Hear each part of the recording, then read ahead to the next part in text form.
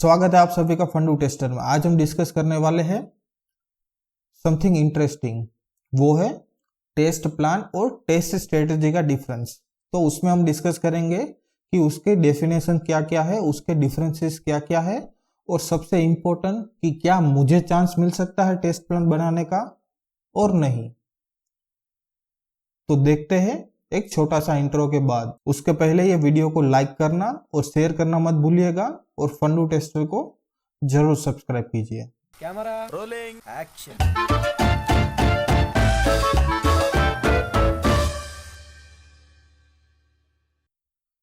तो आज के सेशन में हम डिस्कस करेंगे टेस्ट प्लान और टेस्ट स्ट्रेटजी के डिफरेंस से। तो हम स्टार्ट करेंगे एग्जांपल से, उसके बाद हम उसका डेफिनेशन को डिस्कस करेंगे, उसके बाद उसके डिफरेंसेस को, एंड लास्ट में हम बात करेंगे कि क्या हम रियल टाइम में हमें मौका मिल सकता है उस पर काम करने के लिए, या रियल में ये चीज यूजफुल है या नहीं है।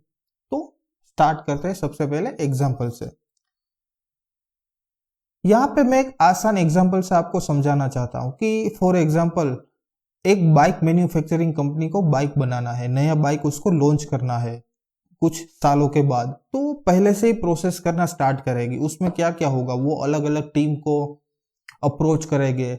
एक टीम है वो पहियों पे काम करेगी, व्हील पे काम करेगी, एक टीम है वो इंजन पे काम करेगी, एक टीम वो उसकी डिजाइन बनाएगी, एक टीम है वो सीट है, पेट्रोल की टैंक है उस पे काम करेगी, एक टीम है वो उसके इलेक्ट्रॉनिक्स पार्ट क्या क्या आएंगे उसके ऊपर काम करेगी।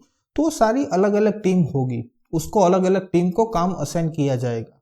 लेकिन एंड ऑफ द डे उसको एक ब्यूटीफुल नाइस लुकिंग बाइक बनानी है।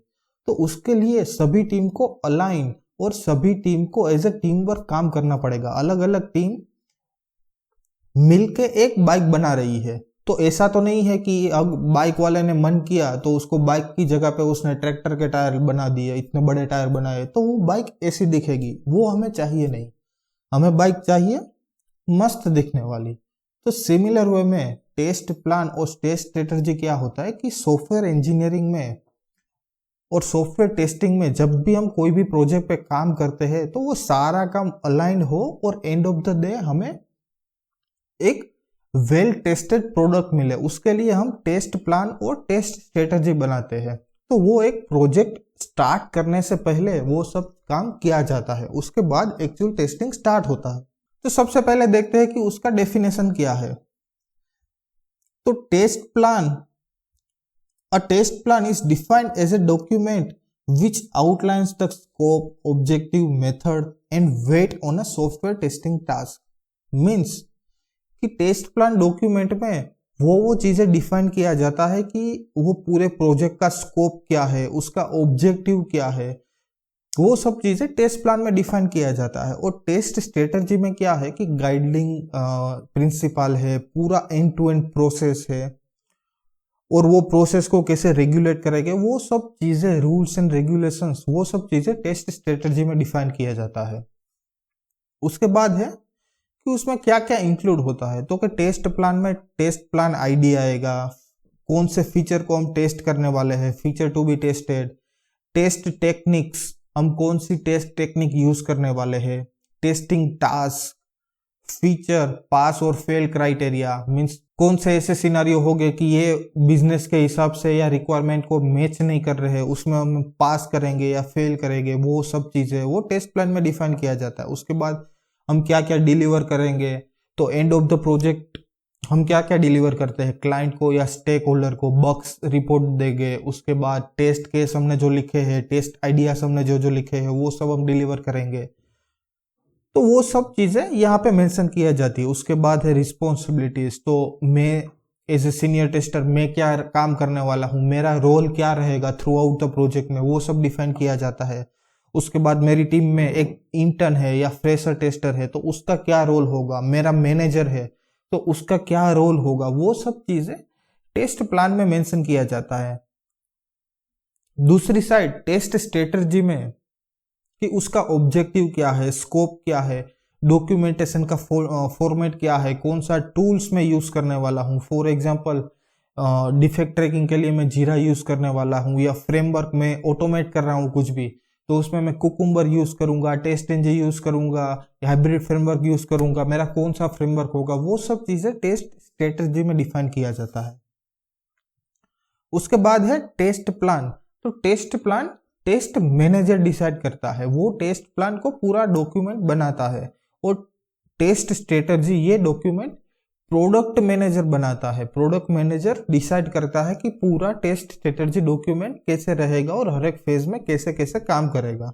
उसके बाद आता है कि test plan can change but test strategy can not change. Why? तो लास्ट वाला पॉइंट ये है कि टेस्ट प्लान प्रोजेक्ट लेवल पे होता है बट टेस्ट स्ट्रेटजी पूरे ऑर्गेनाइजेशन लेवल पे होता है। ये समझने के बाद ये क्लियर हो जाएगा। तो ऑर्गेनाइजेशन लेवल और टीम लेवल क्या हो गया कि फॉर एग्जांपल मान लो मैं फेसबुक पे काम कर रहा हूं, तो फेसबुक में अलग अलग सब प्रोजेक्ट है। वैसे न्यूज फीड है जो हम और आप यूज करते हैं, उसके बाद उसमें है ग्रुप्स, तो ग्रुप्स में कोई भी बंदा आता है, उसका एडमिन रहता है, कोई भी उसमें पोस्ट कर सकता है, तो ये दूसरा प्रोजेक्ट हो गया। तीसरा प्रोजेक्ट है पेज, तो फेसबुक के पेज में एक एडमिन रहता है या कोई एक्टर का पेज है, कोई बिजनेस मॉडल का पेज है, तो वो एक अलग सा प्रोजेक्ट हो गया। तो वो एक 3 प्रोजेक्ट हो गए अलग अलग। अब उसमें क्या होता है कि वो अलग अलग टीम है, वो लोअर लेवल पे उस पर काम करेगी, तो वो एक टेस्ट प्लान फॉलो करेगी। अपनी टीम के लिए एक लिमिटेड टेस्ट प्लान होगा। बट होगा क्या कि अब मेरे को टीम लेवल पे वो सब रेडी हो गया, पेज मॉड्यूल है वो टीम लेवल पे रेडी हो गया, ग्रुप्स वाला है वो टीम लेवल पे रेडी हो गया, बट एंड यूजर को मैं अलग अलग चीजें देने वाला नहीं हूं। एंड यूजर को मैं पूरा प्रोडक्ट को कंबाइन करूंगा और ऐसे एक बड़ा सा प्रोडक्ट रिलीज करेंगे फेसबुक वाले। तो वो क्या होगा कि वो हायर लेवल पे डिप्लॉय करेंगे, हायर सर्वर पे डिप्लॉय करेंगे, वहां पे पेज है, न्यूज फीड है, ग्रुप से सभी का इंटीग्रेशन सिनारियो टेस्ट होगा। तो उसके लिए एक कॉमन सा फ्रेमवर्क चाहिए, कॉमन सा टूल चाहिए, कॉमन सा डिफेक्ट ट्रैकिंग टूल चाहिए। तो वो सब कहाँ पे डिफाइन किया जाता है कि वो सब टेस्ट स्ट्रेटजी में डिफाइन किया जाता है कि सेम जो ऑटोमेशन का फ्रेमवर्क है, मैंने प्रोजेक्ट लेवल पे जो ऑटोमेशन का फ्रेमवर्क यूज किया कुकुम्बर में या हाइब्रिड फ्रेमवर्क में, जो भी मैंने स्क्रिप्ट लिखी है, अगर हायर लेवल पे वो स्क्रिप्ट में ना चला पाऊं तो उसका कोई यूज नहीं रहेगा, क्योंकि वो अलग टीम को भी वही यूज करना है, तभी मैं इंटीग्रेट करूंगा। क्योंकि हायर लेवल पे मेरे को इंटीग्रेशन टेस्ट करना है, सिस्टम टेस्ट करना है, end to end scenario perform करना है। क्योंकि एक प्रोजेक्ट लेवल में मेरे को पता ही नहीं था ग्रुप में या पेज में क्या हो रहा है, मैंने सिर्फ मेरा प्रोजेक्ट पे ही फोकस किया और मेरा प्रोजेक्ट मैंने टेस्ट कर लिया। बट हायर लेवल पे तो मेरे को सब देखना है, क्योंकि यूजर तो सब यूज करने वाला है। तो उसके लिए एक कॉमन टेस्ट स्ट्रेटजी बनाया जाता है, वो ऑर्गेनाइजेशन लेवल होता है, और टेस्ट प्लान है वो प्रोजेक्ट लेवल होता है। अब बात ये आती है कि are we using it actually, क्या मुझे मौका मिल सकता है टेस्ट प्लान क्रिएट करने का?